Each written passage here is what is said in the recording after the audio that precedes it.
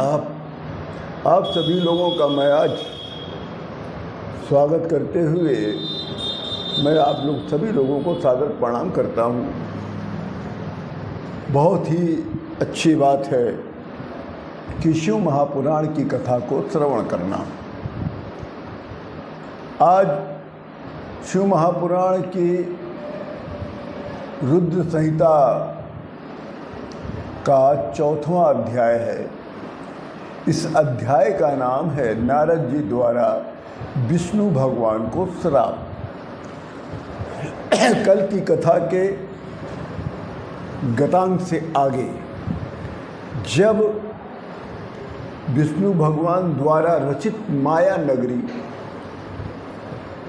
उस रचित माया नगरी में माया रूपी महल और माया रूपी राजा शीलनिधि, जिनकी माया रूपी पुत्री थी श्रीमती, जिसका स्वयंवर बनाया गया था रचाने के लिए, जिसमें नारद जी ने उस श्रीमती को प्राप्त करने के लिए स्वयंवर में विष्णु भगवान से उनका सुंदर रूप मांगा था। उस सुंदर रूप में के कारण जब स्वयंवर में शीलनिधि की पुत्री श्रीमती ने नारद जी को वरमाला न डालकर विष्णु भगवान को डाल दिया, उस समय नारद जी को शिव के 2 गणों ने उनकी सुंदरता का बखान से अवगत कराया। बताया, नारद जी आप सबसे पहले अपना मुख तो देख लीजिए।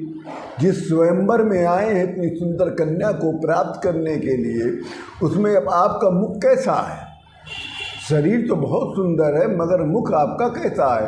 तो उन्होंने सर्वप्रथम अपने मुख को जल में देखा था, बाद में दर्पण मंगाया था, अर्थात शीशा मंगाया गया था, उसमें देखा था तो उनका स्वरूप बानर जैसा था। तो तब नारद जी ये समझ गए ये विष्णु जी ने हमारे साथ छल किया है, और क्रोधों से परिपूर्ण होके अति क्रोधित होकर नारद जी उस माया रूपी नगरी से सीधे विष्णु लोक को चले गए। और विष्णु लोक पहुंचकर केवल विष्णु भगवान को अग्नि के समान तीखे शब्दों का उन्होंने प्रयोग करके बोलना शुरू किया। इस समय शिव जी की इच्छा से नारद जी को समस्त ज्ञान की प्राप्ति हो गई थी। अभी तक तो वो माया से ही मोहित थे, मगर अब उनको पूरी ज्ञान उनको प्राप्त हो गया था। और नारद जी विष्णु लोक पहुंचकर और अग्नि के समान तीखे शब्दों का प्रयोग करके विष्णु भगवान से कहते हैं कि हे विष्णु भगवान, तुम महाकपटी हो, महाछली हो, मीठी मीठी बातों से ही इस जगत को आप ठगा करते हो। तुम्हारा अंतःकरण जो है बहुत मलिन है, तुम माया करने में बहुत चतुर हो, दूसरे की प्रसन्नता विष्णु भगवान आपको सहन नहीं होता है। तुमने पहले मोहिनी रूप धारण कर असुरों को अमृत न देकर उन्हें वारिणी नामक मृत पिला दिया। यदि शंकर भगवान दया करके विषपान न करते तो निरंतर कपट में रहने वाले विष्णु भगवान तुम्हारी सारी माया उसी समय नष्ट हो गई होती। साधु स्वभाव न भवान स्वतंत्रता प्रभुणा कृतः। नारद जी कहते हैं कि हे विष्णु, भगवान शंकर जी ने तुमको स्वतंत्र बनाकर अच्छा नहीं किया। अब शंकर भगवान भी तुम्हें स्वतंत्र रूपी प्रभार देकर पछता रहे होंगे। शंकर भगवान ने वेद के प्रमाण के आधार पर ब्राह्मणों को सर्वोपरि कहा है। आज मैं यही सोच कर कि उस ब्राह्मण तत्व के बल पर तुम्हें उचित शिक्षा दूंगा, जिससे कहीं इस तरह का कार्य तुम और कहीं न कर सको। अभी तुम्हारा पाला किसी तेजस्वी से नहीं पाला नहीं पड़ा है। अब तुम्हारे किए गए कर्मों का मैं फल दूंगा, जिसके कारण अभी तक आप निर्भय होकर विचरण कर रहे हो। इस प्रकार से माया से मोहित होकर नारद जी ने ब्रह्म तेज प्रकट करते हुए विष्णु भगवान को श्राप दे डाला। नारद जी श्राप देते हुए कहते हैं, स्त्री किते व्याकुलम विष्णु माम कार्ति विभो कह अन्य कार्षो स्वरूपेण येन कापट्टे कार्कितः तद्रूपेण मनुस्त्वं भव तद्दुःख भृगधरे यन्मुखं कित्वान् मे त्वं ते भवन्तु सहायिनः। नारद जी कहते हैं, विष्णु तुमने हमें स्त्री के प्रति मोहित किया। सबसे पहले आपने मुझे स्त्री के प्रति मोहित किया और व्याकुल भी किया, और कपट से मनुष्य शरीर को धारण करके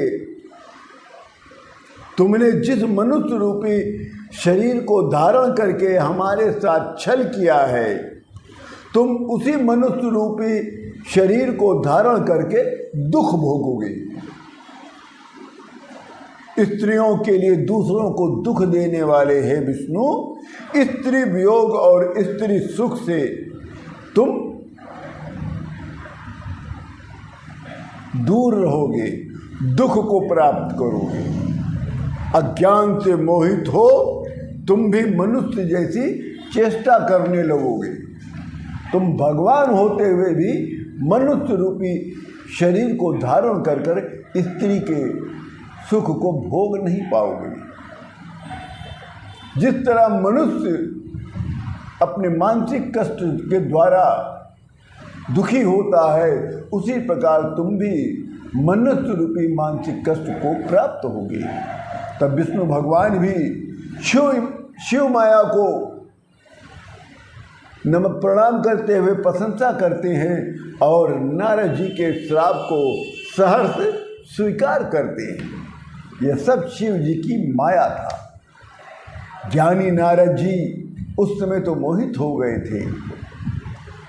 शिव जी की माया, शिव जी ने माया को जब नारद के मस्तिष्क से हटाया है और शिव माया के हट जाने पर नारद जी पूर्व की तरह धैर्यवान और ज्ञानी हो गए।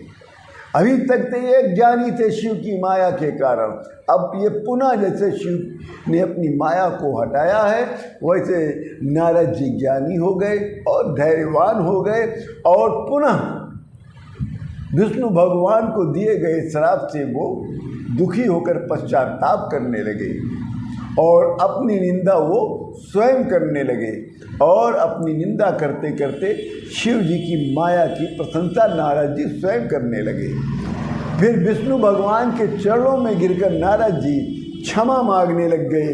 कहा कि हे विष्णु भगवान, मुझे क्षमा कर दो, ये मेरी मूर्खता थी। परंतु विष्णु भगवान ने मुस्कुराते हुए नारद जी को उठाया है और अपने गले से लगा लिया। तब नारद जी कहते हैं कि हे विष्णु भगवान, मेरी बुद्धि ही नष्ट हो गई थी। मैंने मोहवश अपने को ही बुरा वचन कह दिया, आपको श्राप दे दिया। उस श्राप को मिथ्या कर दीजिए आप। हमारे दिए गए श्राप को अब झूठा कर दीजिए।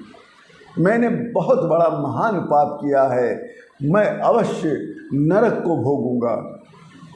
हे विष्णु भगवान, मैं तो आपका दास हूँ, इस महापाप से बचने का कोई उपाय तो बताओ।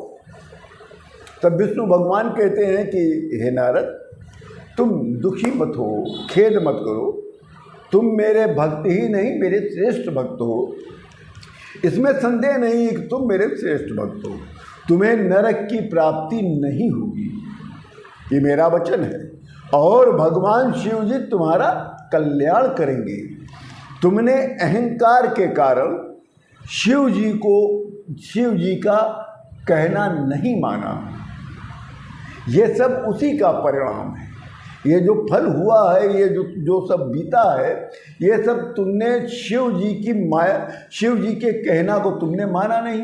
शिव जी ने आपको समझाया था कि जो बात आपने तपस्या के समय आपने कामदेव को जीता था और सीधा जाकर आपने शिव जी को बताया, और शिव जी ने तो उसको कुछ नहीं कहा, इतना ही कहा है कि ये बात कहीं और मत कहना। मगर तुमने उस बात शिव जी की उस आज्ञा का पालन नहीं किया, पहले ब्रह्मा को बताया, फिर आकर हमको बताया। इसलिए जो भी कुछ हुआ है शंकर भगवान की आदेशानुसार हुआ है। परम ब्रह्म परमात्मा सा सच्चिदानंद बोधन निर्गुणो निर्विकारो चारजः सत्व तमः परः स एव मादाय माया स्वाम त्रिधा भवति रूपतः ब्रह्मा विष्णु महेशात्मा निर्गुणो निर्गुणोऽपि सः निर्गुणे त्वे शिवा हो ही परमात्मा महेश्वरः पर ब्रह्मा वयो अनंतो महादेवेति गीयते। विष्णु भगवान कहते हैं कि शंकर भगवान ही परब्रह्म परमात्मा और सच्चिदानंद है, निर्गुण है, निर्विकार हैं, सत्व रज और तमो गुणों से परे हैं। वे अपनी माया से कारण रूप भेद से ब्रह्मा विष्णु और रुद्र रूप को धारण करते हैं। ये निर्गुण और सगुण दोनों रूप को धारण करते हैं। निर्गुण होने पर उनको शिव, परमात्मा, महेश्वर, परब्रह्म, अव्यय, अनंत और महादेव कहा जाता है। अतः हे नारद, तुम परम सुखदायी और सर्वश्रेष्ठ उपाय को सुनो। विष्णु भगवान कहते हैं कि हे नारद, तुम अपने सभी संशयों को त्याग दो, अपने सभी संशयों को छोड़कर एक ही मन में समाहित होकर शिव शत नाम स्तोत्र का पाठ करो, तुम्हारे समस्त पापों का नाश हो जाएगा। यहाँ पर एक ज्ञान की बात है कि यदि मनुष्य अपने समस्त पाप का नाश करना चाहता है तो वो शिव शत नाम स्तोत्र का पाठ करे। फिर नारद जी से कहते हैं विष्णु भगवान, और भोग मोक्ष दोनों तुम्हें प्राप्त होगा।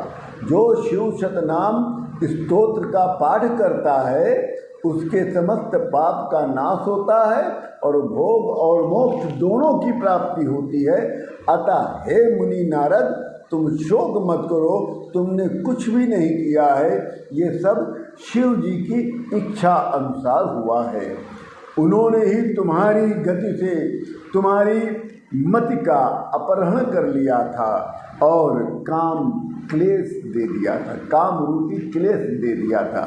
उन्होंने ही तुम्हारे मुख से मुझे श्राप दिलाया है, क्योंकि आगे उनको सृष्टि की रचना करनी है। इस तरह शिव जी अपना चरित्र प्रकट करते हैं। वे मृत्यु को जीतने वाले हैं। जो काल का भी काल है, वो भक्तों अपने भक्तों पर कृपा करने वाले हैं। विष्णु भगवान जी आगे कहते हैं कि शिव जी के समान सुख देने वाला कोई अन्य मेरा स्वामी नहीं है। वे अत्यंत प्रिय हैं मुझे, वे ही परमेश्वर हैं, मुझे सारी शक्ति प्रदान करते हैं। तुम उन्हीं की उपासना करो, निरंतर शिव का भजन करो, शिव के यश को सुनो, शिव का मान करो, शिव की अर्चना करो। अतः हे नारद, तुम आज से ही शिव परायण हो जाओ। ऐसा करने से शिव जी तुम्हारा कल्याण करेंगे। इसी के साथ शिव महापुराण की दूसरी रुद्र संहिता का चौथा अध्याय पूर्ण होता है। मैं आप सभी लोगों को सादर प्रणाम करता हूँ।